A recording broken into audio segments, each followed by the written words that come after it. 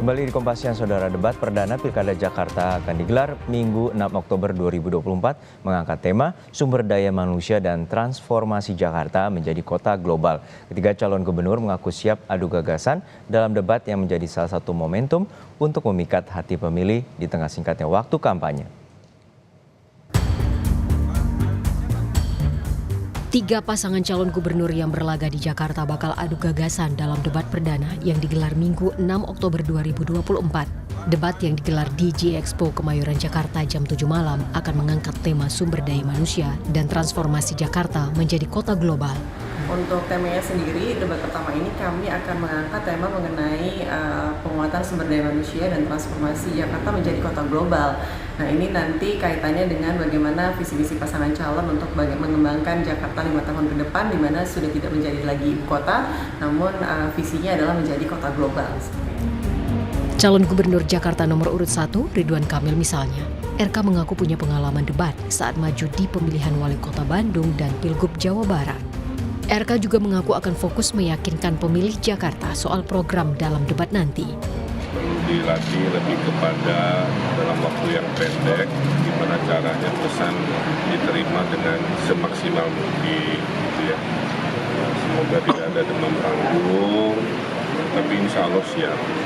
Karena pernah mengalami debat begini kan 2 kali ya, adalah pemilihan wali kota, sama aja, mirip-mirip, hanya beda topik dan beda wilayah. Dia hanya akan bekerja keras, meyakinkan bahwa solusi pasangan Ridho mayoritas sudah dikerjakan. Itu bedanya kami ada sedikit pengalaman, sehingga kredit mesra sudah dikerjakan, program mengasih bantuan dana ke RW sudah dikerjakan. Sementara Cagup nomor urut 2 Dharma Pongrekun mengaku tak punya persiapan khusus. Ia mengaku akan membenahi Jakarta dengan melihat dari akar permasalahan yang ada. Persiapan khusus tidak ada. Apa yang saya sampaikan tadi sebenarnya itu bagian daripada yang perlu hal yang menjadi perhatian fokus saya. Gitu. Nggak ada yang lain kok. Jadi kalau kita learning by doing, maka semua akan menjadi mudah. Kalau bukan berangkat dari hati, mikir apalagi diajarin orang, maka omongannya akan menghafal. Makanya mari belajar, semuanya berangkat dari jiwa. Lain lagi dengan Cagup Jakarta nomor urut 3 Pramono Anung. Pram percaya diri soal persiapannya jelang debat. Ia mengaku debat bukanlah hal yang baru karena ia terbiasa menyiapkan materi untuk presiden. Dalam debat nanti, Pram menyebut bakal mengutamakan adu gagasan bukan adu singkatan. Saya sudah mempersiapkan diri dan secara materi tidak ada hal yang buat saya merasa baru karena selama ini di pemerintahan selama 2 periode saya menyiapkan. Ya, saya akan lebih mengutamakan yang namanya debat itu jangan nanya singkatan lah.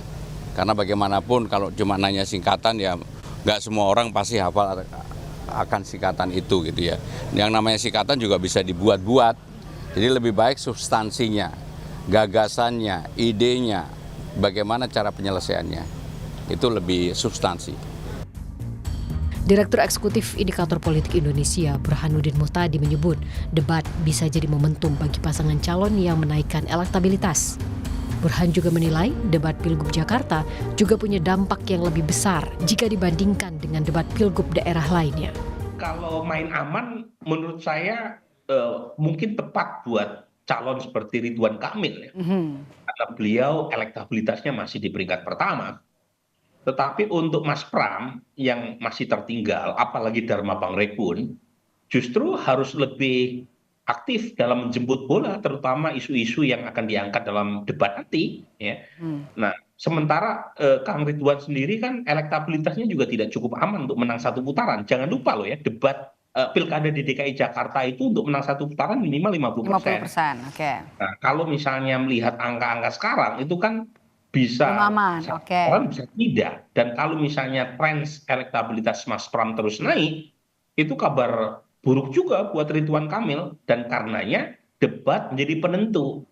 Jadi pertama adalah warga Jakarta relatif lebih rasional, tingkat pendidikan dan eksposur media dan informasi lebih baik ketimbang tempat lain, otomatis debat lebih punya efek ketimbang debat calon kepala daerah di tempat lain. Yang kedua, secara geografis Jakarta itu lebih kecil.